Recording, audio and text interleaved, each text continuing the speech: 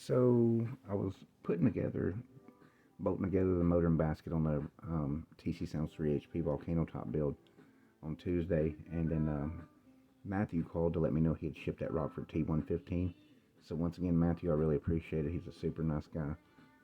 It should be here tomorrow, Friday, so I'll go ahead and once I get it, I'll do a video of tearing that one down, and you guys can see what makes up the parts of that driver.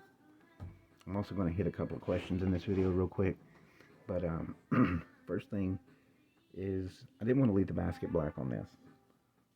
So I started going through all the base coat colors, and I didn't want to paint it, anything really wild or crazy colored, because this is going to be for sale, and not everybody is into like really wild or crazy colors. So I was going to paint it white, but the problem with that is so many damn manufacturers use white baskets anymore, and I just didn't want to go that route. So I was picking between blues and reds, and I decided to go with this red because it's really vibrant and it pops. So what I did is I shot it with 4 coats of red base and then 2 coats clear on it, and it's got a really nice high gloss finish to it. It looks really nice and clean. So as I was going to do the spacing between the basket and the motor for a little extra rearward travel, I was going to use just the typical bearing spacers. But with the look and the design of this basket, I wanted to keep with a more mechanical look to it. So what I ended up doing was grabbing several packs of nuts out of the drawer and, opened them and started measuring the thickness of them, and just decided to go with what gave me, plenty of rearward travel without worrying about that triple joint hitting the top plate, since this top plate goes in and then tapers up. I thought I was pretty safe, but I was just worried that under like really, really, really high excursion, that it was a possibility on the backstroke that it might come close. So now I've eliminated that, and it won't happen at all. So these look, they're different. They look really nice and clean, and it's just something different.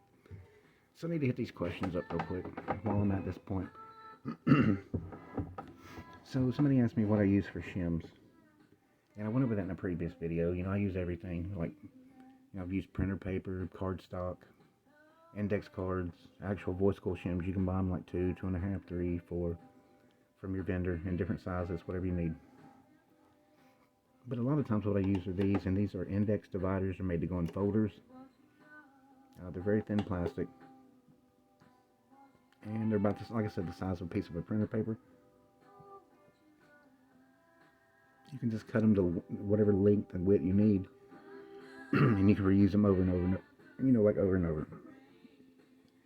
So it's about 10 years ago or 11 years ago, my wife picked these up at the Dollar Tree. She was getting some poster board and markers and so forth. And she brought them home. She's like, try these out and see if you can use them. Maybe they're reusable for you. Because when you're using paper and stuff, you're just throwing it away afterwards. So, again, you can pick them up at the Dollar Tree. Or, anywhere you can get stationary stuff. But, your local Dollar Tree will have them. And, again, you can reuse them over and over. So I hope that helps you and answers that question. The second question was a person had emailed me, and we were talking back and forth, and then we started texting and so forth, and he was wanting to know about how to eliminate some of the problems when you're reconing your subwoofer. And he was like, the vendor I bought stuff from, like, if something doesn't work, I can send it back to him, swap it out or whatever. And that is true as long as you don't modify any of the parts. You can't neck out the cone opening like where the neck is. You can't widen it and so forth. You can't do that with the spider opening, the coil opening on the spider. You can't modify them, and then you can't send them back. So what I always say is dry fit everything, test fit everything. So on your coil, so you're not making marks on it yet, you can put a piece of masking tape on it.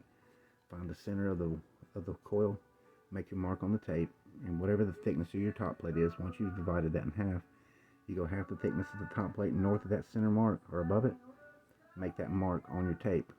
That line will rest flush with your top plate when it's shimmed. So I shim everything, pretty tight. You don't want it to see it can move, but it's got a lot of resistance to it, right? The reason why is you want your coil to stay in place. You don't want it to fall down, and you don't want it so tight you have to shove it in there either. You just want it to hold itself in place, and have a good bit of resistance on it. So I see, you see I've done it on this one. So that top mark, I always leave it like a millimeter or two above the top plate, and that way when I'm sliding everything into place, once I've got everything and I know that it fits right, I can push down on the former till that line meets the edge of the top plate, and I check make sure I've got enough surface area of the former up here to glue to the cone and whatnot. So when I get at this point, the first thing I do before I mess with the spiders is I will take and put the cone on it, and I'll explain why. But what I like to do is, I like to put the cone on first. So like, say your cone does not slide over your former and it sits up like this. Well, knowing that you've got this much distance, like, you've got a good bit of distance between the surround and the landing that it sits on, then you can probably open that neck up a little bit just so it'll slide on easily. So what you do is, like I went over in the previous video, take a screwdriver with a round shaft or like a dowel rod and go inside the coil neck opening, apply a little pressure to the edge and go around it a couple of times, then try it again. If it's still a little bit tight, do it again, because what you want is, like, you want it to, fall right on there, to be in place, and that way, you can line up your holes, and at that point, push your former down to where it meets the top plate, and then you can look, make sure like I said, you got plenty of glue room up here. So it's the same way with the spider. I don't like my spiders to be, like, really tight on the former. I like them to, be able to slide up and down easily. And you don't want to open it up too much if you have to, where you've got gaps around the spider to the former. So it's no different, like I said, you want your spider, see, it just slides right in place. And, like, I have no gap between the former and the opening. What I'll do is take like some 80 grit if it's too tight and just sand around the inside, and then try it, and then just keep doing it till it it's got a tad of resistance, but you want it to slide down easily. So at that point, the cone worked out fine, so you can eliminate that. The coil was tall enough, now your spider works. So you can pull everything back out, and on your coil, that top mark you made, just come off that line, draw your line on your coil, pull the tape off, and you're ready to go. So I hope that clears up and helps you on that. So again, there was like 3 or 4 other questions that I needed to answer, but I'm not going to do it in this video, and it's not because I'm brushing you off, because I'm going to be doing the recone on this and breaking it up into a couple of videos because I don't edit anything. So I figured it would just be better to show you, like, in real time how to do these things without doing it in like the dry fit process, because I just think it would be better to address them then. So I hope you guys enjoy this content.